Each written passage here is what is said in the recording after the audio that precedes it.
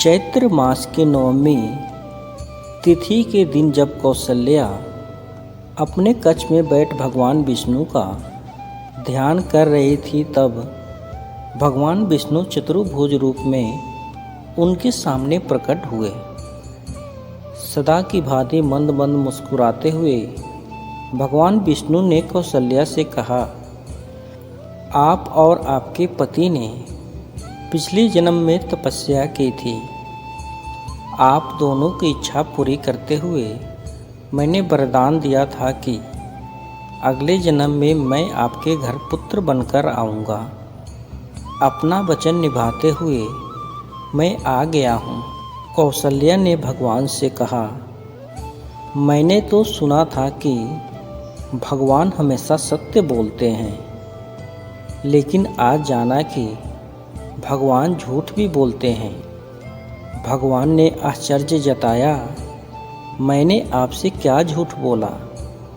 कौसल्या ने बड़े मधुर जवाब दिया, आपने तो कहा था कि आप मेरे घर पुत्र के रूप में आएंगे, लेकिन ये जो चतुर्भुज रूप लेकर आए हैं, ये क्या पुत्र का रूप है?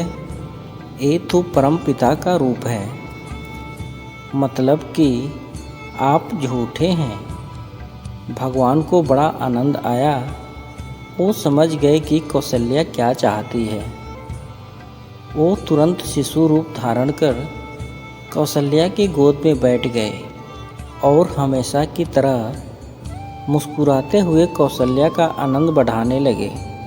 तभी कौसल्या ने कहा, मैंने तो सुना था कि भगवान को हर चीज़ का ज्ञान होता है, लेकिन आज जाना कि भगवान बिल्कुल अज्ञानी होते हैं। भगवान ने पूछा, ये आप कैसे कह सकती हो? माता कौसल्या बोली, आप इस समय मुस्कुरा रहे हैं, इसी से पता चलता है कि आपको इतना भी ज्ञान नहीं कि बच्चा जब जन्म लेता है तो हंसता नहीं बल्कि रोता है।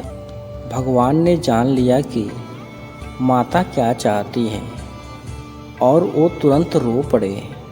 सब मिलकर बोलो, राधे राधे राधे। भगवान ने जब इंसान की रचना की तो उसे 2 पोटली दी।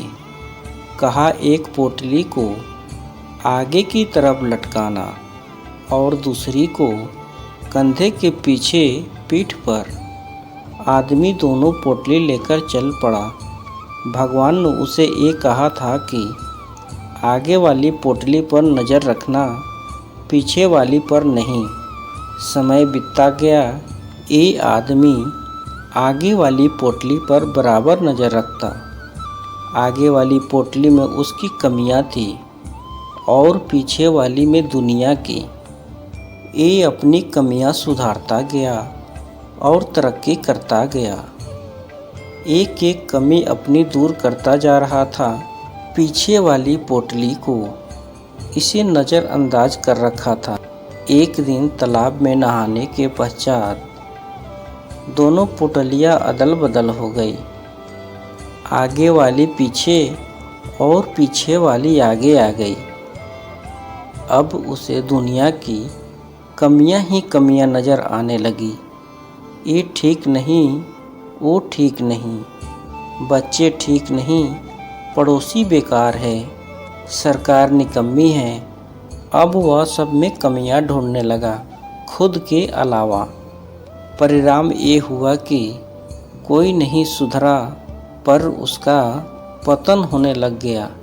इस चक्कर में पड़ गया कि ये क्या हुआ है। वो वापस भगवान के पास गया। भगवान ने उसे समझाया कि जब तक तेरी नज़र अपनी कमियों पर थी तो तरक्की कर रहा था। जैसे ही तूने दूसरों में कमी निकालना शुरू कर दिया, वहीं से तेरा पतन शुरू हो गया। हकीकत भी यही है कि हम किसी को नहीं सुधार सकते। हम अपने आप को सुधार लें, इसी में हमारा कल्याण है। हम सुधरेंगे तो जग सुधरेगा। हम यही सोचते हैं कि सबको ठीक करके छोड़ूंगा, जबकि खुद को ठीक नहीं कर सकते। सब मिलकर बोलो राधे राधे राधे।